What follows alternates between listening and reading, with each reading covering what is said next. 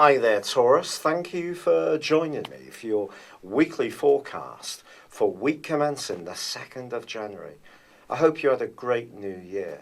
And as you make your way into this new one, I do feel that you're going to have a fantastic anticipation for what 2017 holds. Now, by the end of this week, there's a dramatic alliance between Mars and also Pluto.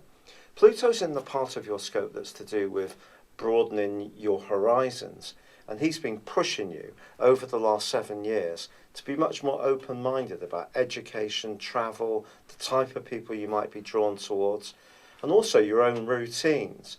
But this alliance with Mars is particularly potent.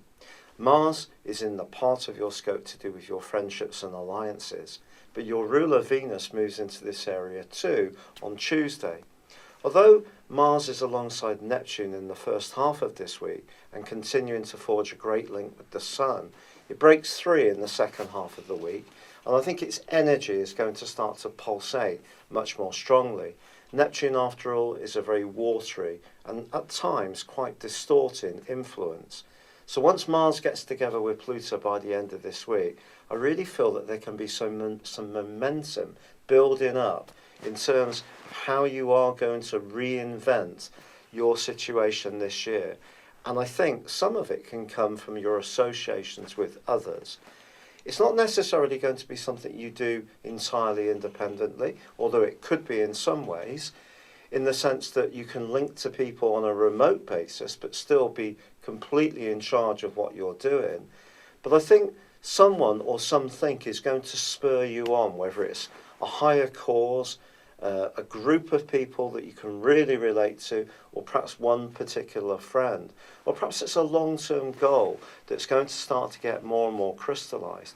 I do feel that there could be someone who, up until now, has just been someone on the periphery of your situation, can become so much more important in the following 28 days.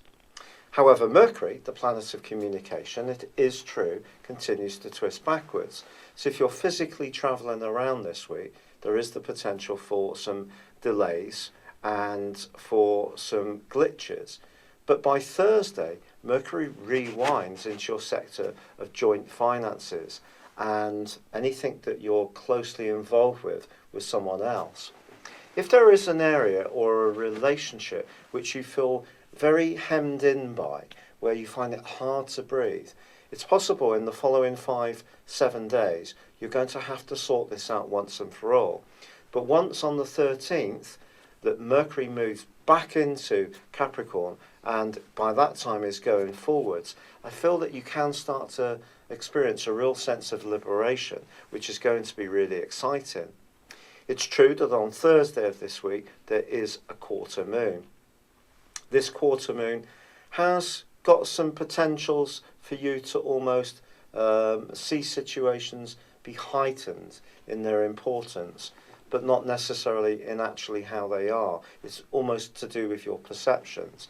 So if you do experience someone or something that seems to knock you back a little bit, just refuse to get too affected and stay grounded. In general, this is a time for you to seize your situation with real relish and be much more trailblazing. And if that does mean breaking free from some attitudes and habits and approaches and people and situations and friendships that just haven't worked for you for some time, then go for it, because it could be the most uplifting thing you have ever done. It's been a real pleasure being with you. Thank you for joining me. Good luck and goodbye for now.